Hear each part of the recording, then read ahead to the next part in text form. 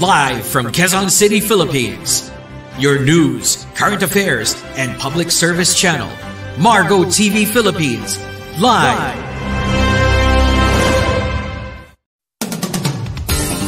Narito na ang programang kasangga ng sambayanan. Sama ka na, kabayan! Sandigan ng mamamayan para sa kaunlaran. Pupuri sa marangal na serbidor ng bayan. Tutugi sa mga drobo sa pamahalaan. Kasama si Diego Magpantay ng Citizens Crime Watch.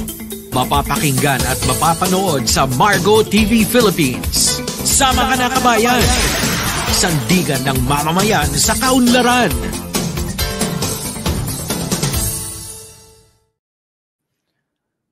Marhay na aga sa gabos ng mga Bicolano, lalo na po sa mga taga Naga City, Camarines Sur. Magandang araw po sa inyong lahat at ito pong muli ang inyong lingkod. Jigs Magpantay po lamang, muli sumasahimpapawid po tayo. Dito po sa ating programa, Sama Ka Na Kabayan, sa Margo TV Philippines. Bueno, wag po ninyong kalilimutan muna ha. I-like, i-share at i-subscribe po ang ating programa sa ating pong Facebook page at YouTube channel. Bueno, ngayon po ay araw ng Biyernes. Friday ngayon. It's Friday. At ito po ang sabi natin, napakabilis talaga ng panahon. Friday na uli. Tapos na uli yung ating linggo. At ang ating panahon ay talagang napakabilis pong umusad. Maya-maya lang, baka Oktubre na. At ngayon po ay maganda ang ating sikat ng araw. Maganda po ang panahon. Wala po tayong problema pagdating po sa ating kalagayan ng panahon. Bueno, nais kong batiin muna ang Valenzuela Police Station, ang ating mga kapulisan diyan po sa Valenzuela City, na ngayon pong umaga ay mayroon pong ginaganap na Memorandum of Agreement signing. Kasama po yung ating iba't ibang mga force multipliers, yung ating pong iba't ibang mga organisasyon dyan na nagiging katuwang po ng PNP sa pagmantine ng peace and order sa kanila pong lugar. At syempre, kasama po dyan yung ating Citizens Crime Watch na pinamumunuan ni Mr. Alvin Ponillas. Pasensya ka na, Chairman Alvin ha. Siya po ay pumunta dito sa atin para personal tayong imbitahan. Pero hindi po tayo makaalis pagka tayo po ay may obligasyon. May obligasyon po tayo rito. At ayon ding ating Assistant Provincial Chairman ng Bulacan at chairman din po ng May Kawayan. Alam niyo po itong Valenzuela at May Kawayan, magkatabi lamang po ito. At sila po ay nagtutulungan. Si Chairman Tonet Urian, ang ating pong chairman ng May Kawayan Citizens Crime Watch. So naandyan po sila ngayon at kumustahin natin si General Rizalito Gapas, ang ating District Director ng Northern Police District, at si Colonel Salvador De Stura Jr., ang Chief of Police po ng Valenzuela Police Station. So kumusta po kayo dyan at alam ko successful po ang inyong ginagawang activity ngayong umaga. At magiging bisita din daw po ngayong umaga si Senator Gatchalian, ang ating pong butihing senador, taga dyan po sa Valenzuela City. At syempre, ang iba pa nilang mga inimbitahang mga bisita ngayong pong araw na ito. Bueno, sa Naga City ay magsisimula po ang kanilang selebrasyon ng Regional Peña Francia Fiesta o festival sa darating pong Lunes. Yan po ay anong petsa na ba DJ sa Lunes? Petsa 11. At ito pong Regional Peña Francia Festival na ito, bagamat Naga City po ang pinaka-piesta, pero ito po ay sineselebrate ng buong Kabikolan. At sa darating pong March, sa darating pong September 15, sa September 15, ito po ay idineklara ni Pangulong Ferdinand Marcos Jr. bilang non-working holiday sa 15 mga bayan sa Camarines Sur na nakapalibot po sa Naga City at ito ay upang mabigyan din sila ng daan para makiselebrate po ng Regional Peña Francia Festival. So, ibig sabihin po sa September 15, non-working holiday po sa 15, hindi lamang sa Naga City, pagkat ang Naga City po ay dati ng deklaradong holiday batay po sa Proclamation number 654 na inilabas po noong pang 2013. Pero ito pong mga katabing bayan, mga nakapaikot na bayan, hindi po kasali sa non-working holiday at batay po sa Proclamation number 332. Ito po ay pinirmahan pa lang. Inilabas pa lang po ito nung isang araw, nung nakaraang Martes. At ang Proclamation number 332 ay pirmado po ni Executive Secretary Lucas Bersamin nito pong Martes. Kung hindi pa po alam ng mga taga Naga City, pero more or less alam na po nila ito. Ay idineklara pong non-working holiday sa mga nakapaikot na bayan sa Naga City. Ano po mga bayan yon? Bayan po ng Bumbon, Kanakman. Ito po nga Kanakman, katabing-katabi ng Naga City. Ang Bumbon, ang Calabanga, Kamaligan, bayan po ng Gainsa, Libmanan, Magaraw, Milaor, Minalabak, Ocampo, Pasakaw, Pamplona, Pili, San Fernando at bayan po ng Bula. So yan po ang mga bayan, nasa 15 pong bayan na nakapaikot po sa Naga City ay dineklara na ring non-working holiday. Hindi lamang po ngayon, siguro sa susunod na mga taon, pagkat ito po ay proclamation number 332 na pinirmahan po, inaprubahan ng ating pong Pangulo. So taon-taon yan na po siguro ang magiging batayan. Non-working holiday. Pero yung pong petsa ng kapiyastahan ng Naga City, ito po ay nag-a-adjust Nagiging every third Sunday of the month.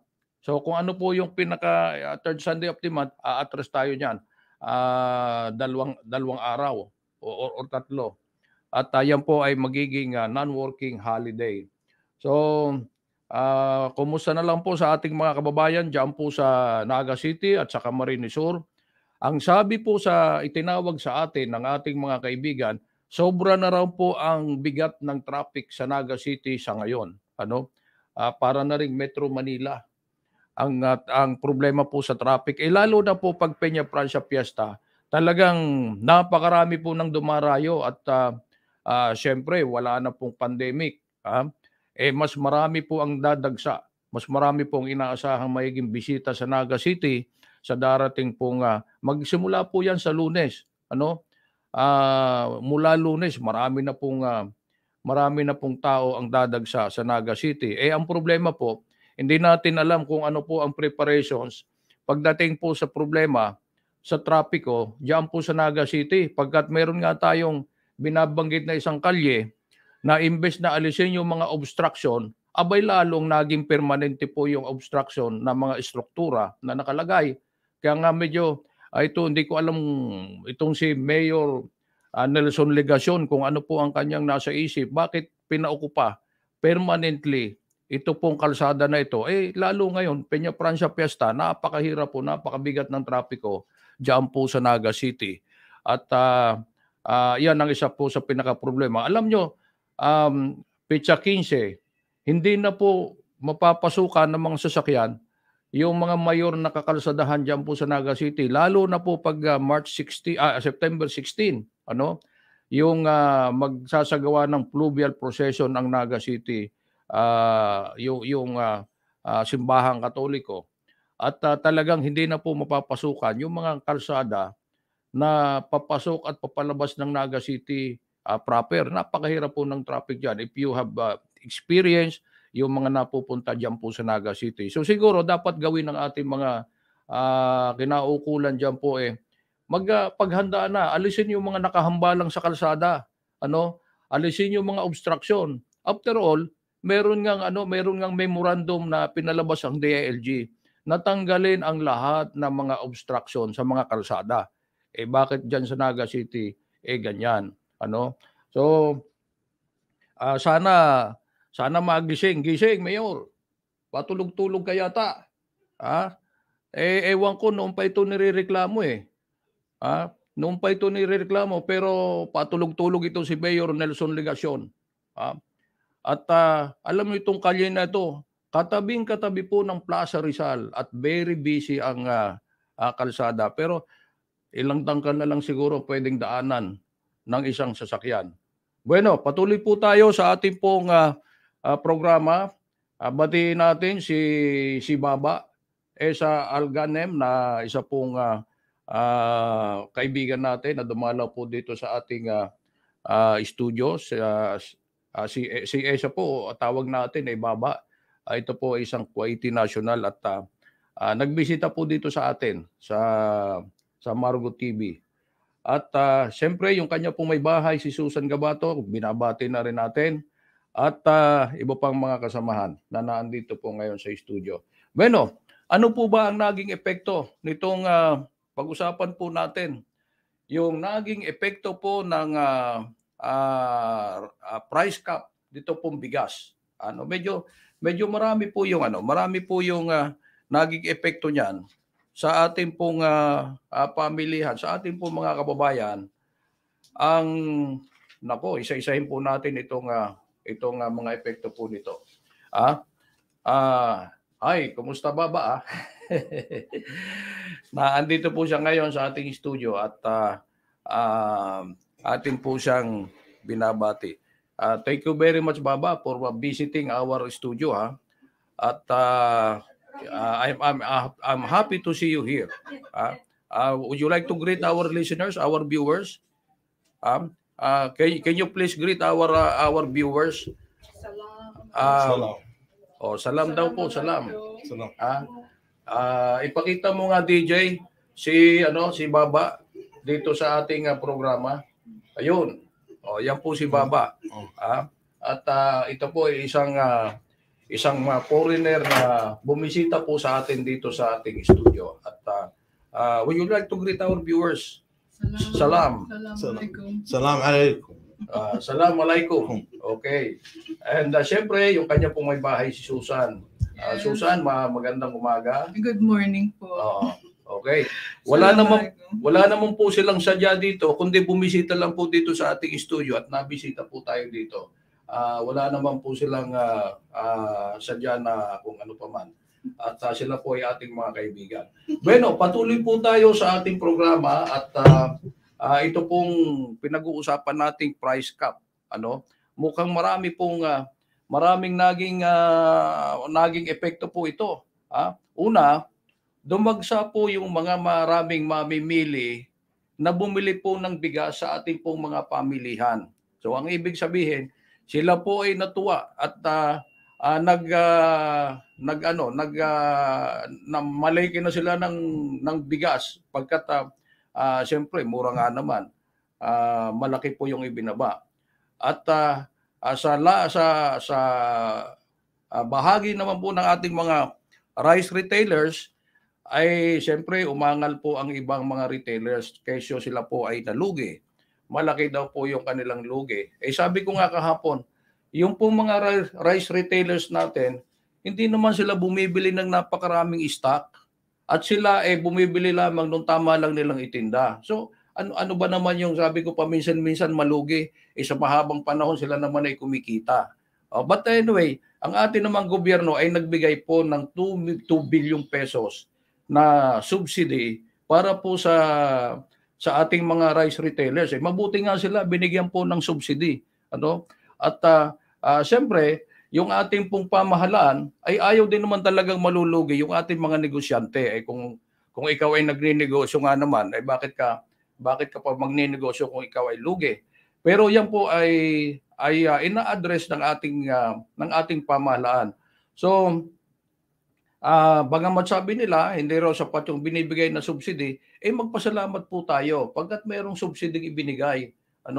Sabi ko nga sa inyo, kung yung 2 billion pesos na ipinalabas po ng Palasyo Malacanang bilang subsidy sa mga maliliit na retailers, ibinili lang ng santambak na bigas, di ba? Yung 2 billion pesos natin, napakalaki po ng napakarami na pong bigas ang mabibili niyan. Napakarami na pong bigas na pwedeng ipamigay po sa ating mga apektadong mga konsumidor o mga kababayan. At ang isa pang hindi po magandang epekto dito po sa issue na ito, nag-resign po ang isang undersecretary ng Department of Finance. Nag-resign. Bakit nag-resign? Ang problema, mukhang lumalabas na forced resignation daw po dahil siya ay nagkomento ng hindi pabor sa price cap. Hindi po pabor, hindi siya sang-ayon doon sa ipinakong presyo ng bigas. Batay po sa Executive Order number 39 ng ating pong Pangulo. Ngayon, sino po ito nag-resign na ito? Si Finance Undersecretary Maria Cielo Magno. Isa po ito sa mga appointee ng ating pong Pangulo na champion po sa economic policy reforms. Iyan po ang kailangan natin. Ano ang mga reforma ang kailangan natin para po sa ating ekonomiya? Ang ating ekonomiya ang talagang dapat na matutukan din pagkat kung lugmok po ang ating ekonomiya, siyempre lugmok din po tayong mga kababayan. At ito pong di umano'y puwersahang pinababa o pinabakit sa kanyang pwesto, effective po yan September 16. Dahil daw po sa ipinos niya, nasalungat sa ipinakong rice price. Yung pong price cap. At ayon sa kanya, the price cap on rice went against basic economic concept. Ay medyo sumasalungat daw po ito sa basic economic concept, yung price cap. Pero wala naman tayong magagawa pagkat yan po ay utos ng Pangulo. Pag sinabing utos ng Pangulo, ay hindi natin dapat baliin. Pagkat hindi rin naman pwedeng basta bawiin ng Pangulo. Pagkat bago niya yan binitawan, pinag-aralan po yan. Yan ay dumaan po siguro sa masusing konsultasyon sa kanyang mga economic advisors. Ngayon, babalik na lang daw po sa pagtuturo pagkat ito pong si Yusek Magno ay isang associate professor po sa University of the Philippines School of Economics. So, kilala po siya bilang ekonomista. Marami po mga naging national leaders natin on yung mga champion sa economics gaya ni dating NEDA Chief Carl Cua. Yan ay galing sa UP School of Economics. Si Secretary Jose Pernia, maging ito pong si Arsenio Balicasan, at even Finance Secretary Benjamin Jokno, galing po dito, kaya sila nagsama-sama, magkakilala sila. Ngayon, ang nakakaintriga lang po dito, ang nakakaintriga po dito, yung pagputok ng balita kahapon na nag-resign po si Secretary Magno, yung ipinost niya po sa kanyang Facebook account na ang sabi niya, "A wise man told me, if you do your job with integrity, you will be back in UPSE soon." So kumbaga sa ating po mga ordinaryong mga mamamayan, sa ating po mga mga mamamayan, ordinaryong lingwahe natin, kung masyado kang matalino, bumalik ka ron sa pinanggalingan mo. Parang ganun po ang dating Masyado kang matalino, di bumalik ka doon sa pinanggalingan mo. Ito, integridad po ang pinag-uusapan dito, kaya medyo mabigat. Mabigat at hindi naman ordinaryo pong tao itong si Yusek Magno, pagkat siya po ay kilala. At bilang professor po ng University of the Philippines, kilala po ito si Yusek Magno. Ngayon, dito po kasi sa theory, sa economic theory, ang mandated price caps daw ay maaaring makagawa ng maka-create ng supply shortages. Siyempre, pag ang price ceiling ay mas mababa sa level kung saan ang supply po at ang demand ay naglalabanan kasi pag marami raw supply, kukunti ang demand. Pag marami ang demand, kukunti ang supply. Pag maraming demand, siyempre magrarush ka papunta ng mga pamilihan, mamimili ka para nakaka-create na abay grabe ang demand. Pero kulang ang supply. So the law on supply and demand ang pinag-uusapan. Ito po, nagdeklara po ng price cap. Abay di siyempre, yung mga mamimili natin, nagpuntahan po sa palengke at namili na sila ng bigas. Although hindi naman karamihan bumili ng bigas ang ating mga kababayan, pambihira yung namimili ng sako-sakong bigas. Kilo-kilo lang po ang kanilang binibili, pero kung marami ang bumibili, siyempre nakaka-create ka ng yung parang kukulangin yata ang supply ng bigas. Pero sabi naman po ng mga malalaking mga retailers, hindi po kulang ang supply natin sa bigas. So, yan po ang problema. Doon tayo naiintriga sa sinabi po ni Secretary Magno na sino yung wise man na yon? Sino yung wise man na sinasabi niya? Na nagsabi sa kanya na if you do your job with integrity, you will be back to UP School of Economics soon. Parang pababalikin ka sa pag-aaral. So, medyo napakalalim po ng ibig sabihin noon. At hindi naman siguro ignorante si Yusek Magno at napakataas po ng kanyang pinag-aralan. Pagdating po sa economics, alam niyo po, si Yusek Magno ay instrumental po sa panguna sa proposed reforms in the pension system ng military and uniform personnel mula sa konsultasyon at pakipag-usap po sa mga apektado na mga sundalo at pulis at iba pang uniform personnel. At sa pagsalang po ng mga kinakailangang bill, yung kinakailangan pong batas sa ating pong Kongreso, at siya rin po ay aktibo sa pagsusulong ng mga proposed tax reforms, pati na ang pag-improve ng pagbubuwis ng mga nasa mining industry. Okay, siya po nagtapos ng doctorate degree sa Northeastern University sa Estados Unidos. At sa UP din po siya nagtapos ng bachelor's degree in business economics at master's degree. So sa UP, ito pala si Yusek Magno ay hindi naman na maalam pa o umalis sa UP. Siya ay hiniram at idinitel po sa Department of Finance na siya po ang namumuno ng isang division diyan sa Department of Finance, lalo na po dito sa yung kanyang pinamumunuan parang sa economics and monitoring, At siya ay nagtuturo ng development economics, environmental economics, human resource economics at public at microeconomics. So, yan po talaga ang forte niya, Diyan po talaga ang kanyang forte bilang ekonomista. So sayang po sayang kay Yusek Magno. At hindi natin po alam kung yung kanyang kung alam ni Pangulo yung kanyang resignation, kung bakit, hindi po natin alam. Pero siyempre nakaano na po 'yan na siya ay resign na at hindi na po siya Undersecretary ng Department of Finance simula po sa September 16. Okay. So yan po mga kaibigan at sige, anuhin po natin, tingnan natin kung ano ang iba pa magiging epekto.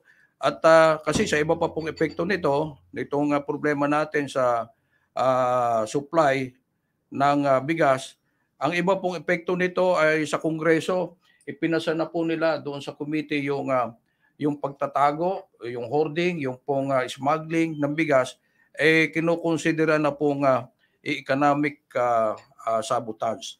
So ibig sabihin, mas malaki na po ang magiging penalty at itong mga crimes of agricultural smuggling, hoarding, profiteering, and cartel, inaprubahan na po sa joint panel sa Senado at inaprubahan po bilang economic sabotage. So yan po mga kaibigan at tutugay-gayan po natin ang iba pang mga magiging issue hinggil po dito sa bagay na ito. Sa iba pa po natin mga impormasyon, sa iba pa po mga importanteng bagay dito po sa ating programa. Ililimit na daw po yung SIM card, yung mga may cellphone, yung pong ating mga mobile users. Ililimit na lang po sa 10 SIM cards ang maaari pong i-register ng bawat mobile users. Kasi nung isang araw na talakay po natin, pwede pa lang i-register yung ang picture sa unggoy. At ewan ko kung paano nga yung nasa telco na tumatanggap po ng registration, ang nakabungis ng sa'yo ay unggoy. Pwede na palang i-rehistro. At narehistro po yan, ginawa po ng NBI, tinesting po nila. Ngayon, kasunod po yan, kasi naobserbahan daw po ng Department of Information and Technology, DICT, na ang text scam ay nagpapatuloy kahit may mga batas na po tayong ipinapasunod. Ang RA 11934 o kaya SIM Card Registration Act. Ngayon, ang pwede mo na lang na irehistro ay 10. Sa bagay kung isipin, marami na yung 10 eh. Para sa akin, marami na yung 10 na SIM card. Paano mo yon? May 10 cellphone kang dala. Isang tambak na cellphone. Ngayon, gagamitin mo, saan mo gagamitin yon? Na 10. Ibig sabihin, isang kontak mo isa. So, anyway, 10 na lang daw po ang pwedeng irehistro kasi meron po silang nakita na, just imagine isang mobile user na nakaregister, alam nyo kung ilan po ang bilang ng SIM card na nakarehistro sa kanya, 600. 600 SIM card ang nakarehistro sa iisang pangalan. Aba, ay anong ibig sabihin nun? Saan ginagamit yon? Yan po ang problema. Pagkat yung mga taong involved sa mga scam na yan, napakarami niyang SIM card na nakarehistro at iba't ibang pangalan siguro o iba't ibang tao ang nakatutok dyan na gumagamit. Ginagamit po yung SIM card niyan. Just imagine, 600 ang nakarehistro sa isang pangalan. Abay, napakahirap siguro nun. Paano mo gagamitin yun isa-isa?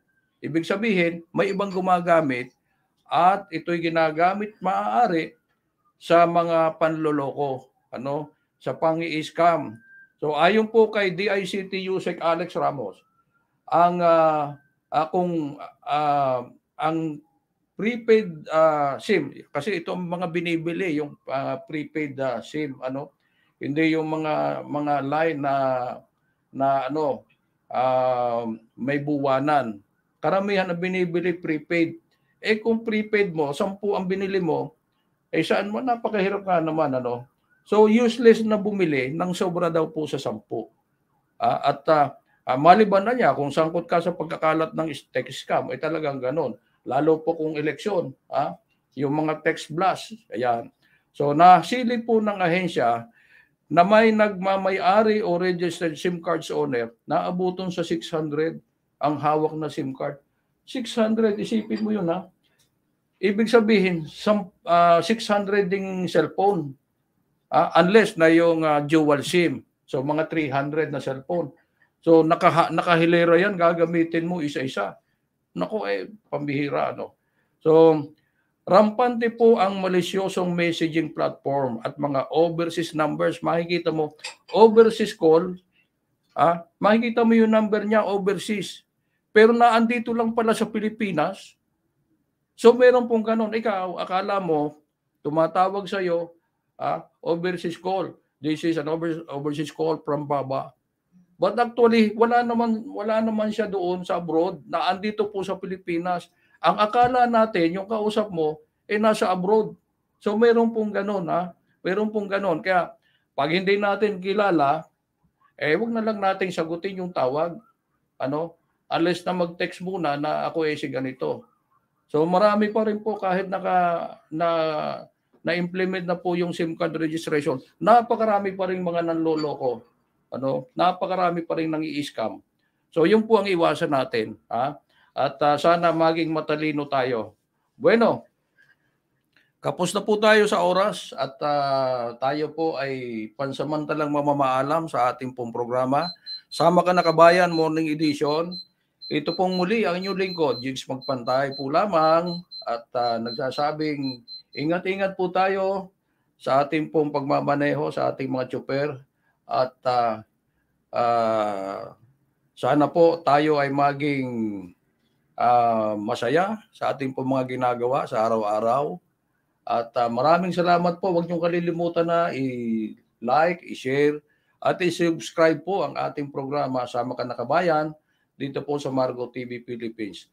Muli ang inyong pong lingkod, Jigs Magpantay po. Salamat, magandang umaga po sa inyong lahat. Inyong napakinggan at napanood ang programang Sama Ka na Kabayan. Sandigan ng mamamayan para sa kaunlaran. Hanggang sa muli, dito sa Margo TV Philippines.